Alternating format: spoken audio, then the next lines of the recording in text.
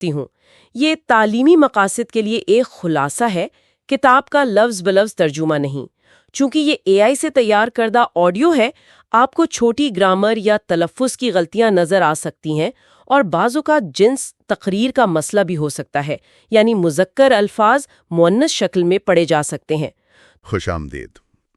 آج ہم ایک ایسی کتاب کا گہرائی سے جائزہ لے رہے ہیں جس نے لاکھوں لوگوں کو آپ کہہ سکتے ہیں ہلا کر رکھ دیا۔ این فرینک کی ایک نوجوان لڑکی کی ڈائری۔ جی، لیکن خاص طور پر آج بات ہوگی اس کے حتمی ایڈیشن یعنی ڈیفینیٹیو ایڈیشن کی۔ ہمارے پاس اس ایڈیشن کے کچھ اقتباسات ہیں، اس کا پیش لفظ ہے اور تعارفی ورق بھی۔ بالکل، اور آج ہمارا مقصد صرف یہ نہیں کہ ڈائری کے واقعات دہرا دیں، بلکہ اس حتمی ایڈیشن کی روشنی میں این فرینک کی زندگی کو، اس کے احساسات کو، اس کی شخصیت کی جو گہرائیاں ہیں انہیں سمجھیں۔ صحیح۔ یہ ایڈیشن جسے مریم پریسلر نے مرتب کیا، اس میں آٹو فرینک کا جو پہلا ورژن تھا نا، اس سے تقریباً 30% زیادہ مواد ہے۔ 30%؟ یہ تو بہت زیادہ ہے۔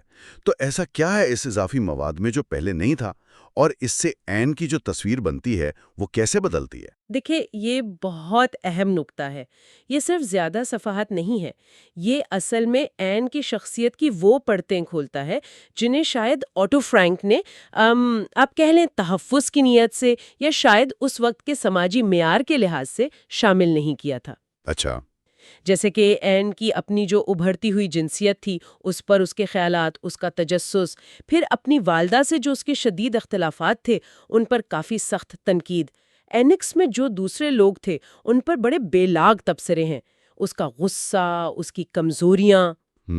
تو یہ ایڈیشن اسے وہ جو ایک مثالی شہید یا معصومیت کی علامت بنا دیا گیا تھا نا، اس سے تھوڑا نیچے لا کر ہمارے سامنے ایک زندہ جاگتی، کافی پیچیدہ اور بعض اوقات متضاد سی 13 سے 15 سال کی لڑکی کے طور پر پیش کرتا ہے۔ تو گویا یہ ایڈیشن ہمیں ایک زیادہ مکمل، زیادہ انسانی این فرینک سے ملواتا ہے۔ اچھا، تو کہانی کے آغاز سے شروع کرتے ہیں۔ اسے یہ ڈائری ملی 12 جون 1942 کو، اس کی 13ویں سالگرہ پر۔ جی ہاں، اور اس نے پہلی ہی انٹری میں اسے کٹی کا نام دیا، اور یہ امید بھی ظاہر کی کہ وہ اسے وہ سب کچھ بتا سکے گی جو وہ کسی اور کو نہیں بتا سکتی، اور یہ کہ یہ اس کے لیے ایک طرح سے سکون کا باعث بنے گی۔ اور لکھنے کی جو بنیادی وجہ تھی، جیسا وہ خود بتاتی بھی ہے، وہ تھی دوستوں کی کمی۔ مطلب جاننے والے تو بہت تھے اس کے، لیکن کوئی ایسا نہیں تھا جس سے وہ اپنے اندر کی وہ جو گہری باتیں ہوتی ہیں وہ کر سکے۔ صحیح۔ وہ ایک حقیقی، ایک مخلص دوست چاہتی تھی، اور کٹی نے آپ کہہ لیں کسی حد تک اس کمی کو پورا کیا۔ شروع میں تو یہ صرف ذاتی خیالات کے لیے تھی، لیکن کیا یہ بات صحیح ہے کہ بعد میں اس نے اسے شائع کروانے کا بھی سوچا؟ بالکل۔ 1944 کے موسم بہار میں نا جلاوطن ڈچ حکومت کے ایک وزیر تھے، وزیر تعلیم، فنون و سائنس جیرڈ بلکسٹین۔ انہوں نے لندن سے ریڈیو اورنج پر ایک تقریر کی۔ اچھا۔ اور انہوں نے کہا کہ جنگ کے بعد نازیہ قبضے کے دوران جو عام لوگوں نے مشکلات جھیلیں، ان کی جو دستاویزات ہیں، جیسے خطوط ہیں، ڈائریاں ہیں، انہیں جمع کرنا چاہیے اور شائع کرنا چاہیے۔ اوہ، تو یہ سن کر این کو خیال آیا۔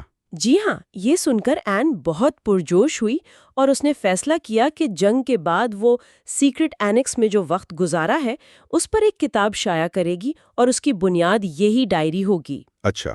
اور اسی مقصد کے لیے پھر اس نے اپنی ڈائری کے جو پرانے اندراجات تھے انہیں دوبارہ لکھنا شروع کیا، ان میں ترمیم کرنا شروع کیا۔ اچھا، اسی لیے اس ڈائری کے اتنے سارے ورژن ہیں۔ ایک تو اصل ڈائری ورژن اے، پھر اس کی ترمیم شدہ ورژن بی، پھر آٹو فرینک کا شائع کردہ ورژن سی، اور اب یہ حتمی ایڈیشن جس پر ہم بات کر رہے ہیں۔ جی، اس حتمی ایڈیشن میں ایک اور بات جو اہم ہے وہ مددگاروں کے اصلی ناموں کا استعمال ہے۔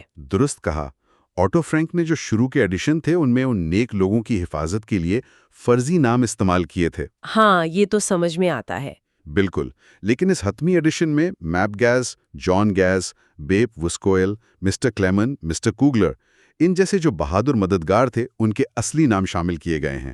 ٹھیک، البتہ جو اینکس کے دوسرے مکین تھے، وان پیلس خاندان اور فرٹز فائفر، ان کے لیے این نے جو فرضی نام دیے تھے نا، وان ڈان اور الفریڈ ڈسل، وہی رکھے گئے ہیں۔ کیونکہ این نے خود اپنی ترمیم شدہ ڈائری یعنی ورژن بی میں یہی نام استعمال کیے تھے۔ اچھا، یہ بات ہے، ٹھیک ہے۔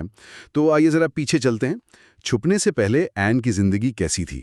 وہ جرمنی میں پیدا ہوئی تھی لیکن خاندان ہٹلر کے آنے کے بعد ہالینڈ چلا گیا۔ جی، این فرینک 12 جون 1929 کو فرینکفرٹ جرمنی میں پیدا ہوئیں۔ والد آٹو، والدہ ایڈتھ اور ایک بڑی بہن تھی مارگوٹ۔ یہ ایک لبرل یہودی خاندان تھا، مطلب وہ یہودی روایات پر کوئی بہت سختی سے عمل نہیں کرتے تھے۔ 1933 میں جب نازیوں کا ظلم بڑھا تو وہ ایمسٹرڈیم ہالینڈ آ گئے۔ آٹو فرینک نے وہاں ایک کمپنی شروع کی، اوپیکٹا، جو جام بنانے میں ایک چیز استعمال ہوتی ہے نا، پیکٹن، وہ بیچتی تھی۔ اچھا، تو ایمسٹرڈیم میں ان کی شروع کی زندگی کیسی تھی؟ کیا وہ خوش تھے وہاں؟ ہاں، شروع میں زندگی کافی نارمل تھی۔ این پہلے مونٹیسوری اسکول گئی، وہ اسے بہت پسند تھا۔ پھر جب یہودیوں کے لیے الگ اسکول لازمی ہو گئے تو اسے جوئش لائسیم جانا پڑا۔ اوہ، اس کی بہت سی سہیلیاں تھیں، جیسے جیکلن وان مارسن، ہینی لی بوسلر، سانی لیڈرمین۔ وہ خود بھی بہت زندہ دل لڑکی تھی، پنگ پونگ کلب کی ممبر تھی، لڑکوں میں کافی مقبول تھی، اور ہیلو سلبر برڈ نامی ایک لڑکے سے اس کی دوستی بھی تھی۔ لیکن پھر 1940 میں جرمن قبضہ ہوا اور حالات تیزی سے خراب ہونے لگے۔ یہودیوں پر پابندیاں لگنا شروع ہو گئیں۔ این نے اپنی ڈائری میں ان کا ذکر کیا ہے کافی تفصیل سے۔ ہاں، وہ فہرست وہ تو دل دہلا دینے والی ہے۔ پیلا ستارہ پہننا لازمی کر دیا گیا، سائیکل استعمال نہیں کر سکتے، ٹرام پر سفر نہیں کر سکتے، اپنی گاڑی نہیں چلا سکتے۔ افو، شام 8 بجے سے صبح 6 بجے تک گھر سے باہر نکلنا منع، صرف مخصوص اوقات میں، اور وہ بھی صرف یہودی دکانوں سے خریداری کی اجازت۔ تھیٹر، سینما یا کسی بھی قسم کی عوامی تفریح گاہ میں جانا منع۔ مطلب ہر چیز پر پابندی؟ بالکل، swimming pool, tennis court, hockey field, دوسرے کھیلوں کے میدان، سب پر پابندی۔ غیر یہودیوں کے گھر نہیں جا سکتے، صرف یہودی اسکولوں میں ہی پڑھ سکتے ہیں۔ فہرست بہت لمبی ہے۔ این کی ایک دوست تھی جیکولین، اس کا ایک جملہ ہے جو بہت کچھ بتا دیتا ہے۔ مجھے اب کچھ بھی کرنے کی ہمت نہیں ہوتی کیونکہ مجھے ڈر لگتا ہے کہ کہیں اس کی اجازت نہ ہو۔ یہ تو بہت ہی گھٹن کا عالم ہوگا۔ ان پابندیوں اور خطرے کا خاندان پر کیا اثر پڑا؟ خاندان پر بہت زیادہ دباؤ تھا۔ جرمنی میں جو رشتہ دار رہ گئے تھے ان کے بارے میں بڑی پریشان کن خبریں آ رہی تھیں۔ این کے 2 ماموں تھے، وہ کسی طرح امریکہ فرار ہونے میں کامیاب ہو گئے۔ اچھا، ان کی نانی تھیں، وہ جرمنی سے آ کر ان کے ساتھ رہ رہی تھیں۔ جنوری 1942 میں ان کا انتقال ہو گیا، جس کا این کو بہت صدمہ تھا۔ اور پھر وہ فیصلہ کن لمحہ آیا، مارگوٹ کے لیے کال اپ نوٹس۔ جی، 5 جولائی 1942 ایس ایس کی طرف سے مارگوٹ فرینک کے نام ایک کال اپ نوٹس آیا۔ ایس ایس کا مطلب؟ نازی فوج کا وہ بدنام زمانہ حفاظتی دستہ۔ اس نوٹس کا مطلب تھا جرمنی میں جبری مشقت کے کیمپ میں رپورٹ کرنا۔ او خدایا! یہ وہ خطرہ تھا جس کے لیے آٹو فرینک پہلے سے تیاری کر رہے تھے۔ انہوں نے چھپنے کا ایک منصوبہ بنایا ہوا تھا، پہلے 16 جولائی کے لیے، لیکن یہ نوٹس آنے پر انہوں نے فوراً فیصلہ کیا کہ اگلے ہی دن یعنی 2 جولائی کو چھپ جانا ہے۔ صرف ایک دن کے نوٹس پر؟ یہ تو انتہائی افراتفری اور خوف کا عالم ہوگا۔ این نے اس دن کے بارے میں کیا لکھا؟ اس نے لکھا کہ وہ ایک بہت عجیب دن تھا۔ اس کی 13ویں سالگرہ کو ابھی 1 مہینہ بھی نہیں گزرا تھا۔ انہیں جلدی اپنا سب سے ضروری سامان پیک کرنا تھا۔ این نے اپنی اسکول بیگ میں سب سے پہلے اپنی ڈائری رکھی، پھر کچھ کرلرز، رومال، اسکول کی کتابیں، ایک کنگھی، کچھ پرانے خطوط۔ وہ لکھتی ہیں کہ یادیں میرے لیے کپڑوں سے زیادہ اہم ہیں۔ یہ بات تو جی، اور زیادہ سے زیادہ کپڑے ساتھ لے جانے کے لیے انہوں نے گرمی کے باوجود کئی تہوں میں کپڑے پہن لیے۔ این نے خود 2 بنیانیں، 3 پینٹیں، ایک لباس، اس پر ایک سکرٹ، ایک جیکٹ، 3 جوڑے جرابوں کے، بند جوتے، ایک ٹوپی، سکارف اور بھی بہت کچھ پہنا ہوا تھا۔ وہ کہتی ہے میرا دم گھٹ رہا تھا لیکن کسی نے پرواہ نہیں کی۔ اور پھر وہ اپنے گھر سے نکلے یہ جانتے ہوئے کہ شاید وہ کبھی واپس نہ آ سکیں۔ انہوں نے گھر کو جان بوجھ کر ایسا چھوڑا جیسے وہ اچانک کہیں چلے گئے ہوں۔ ناشتے کی پلیٹیں میز پر، بستر بکھرے ہوئے، ان کی بلی تھی موچے، اس کے لیے گوشت کا ٹکڑا کچن میں چھوڑا تاکہ شک نہ ہو۔ بالکل۔ پھر وہ شدید بارش میں پیدل ہی اپنی خفیہ پناہ گاہ کی طرف چلیں۔ این نے لکھا کہ راستے میں لوگ انہیں ہمدردی سے دیکھ رہے تھے، ان کے سینوں پر لگا وہ پیلا ستارہ سب کچھ بتا رہا تھا۔ اور ان کی منزل تھی آٹو فرینک کی کمپنی اوپیکٹا کی عمارت،